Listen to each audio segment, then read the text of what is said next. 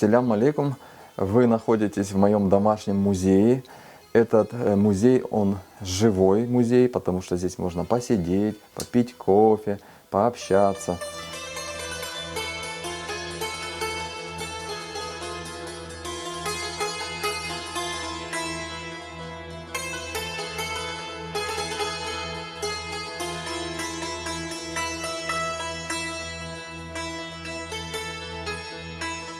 То есть эти предметы начинали мне приходить по чуть-чуть, по одной, по две вещи. Это мне стало очень интересно, я углубился в изучение, я коллекционер-исследователь. Я решил сделать комнату Мусафар-хане.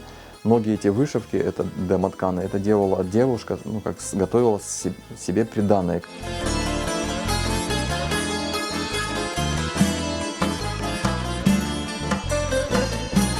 Вот чегрыки, если посмотреть внимательно на них, то вот я их на два вида подразделил.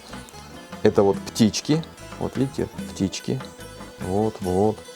Ну, есть некоторые с потерями, чегрыки, то есть обломки.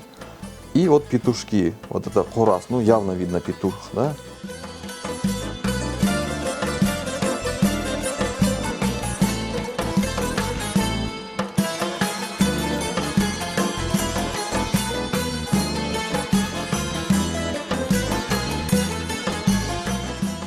Хозяин использовал как печать.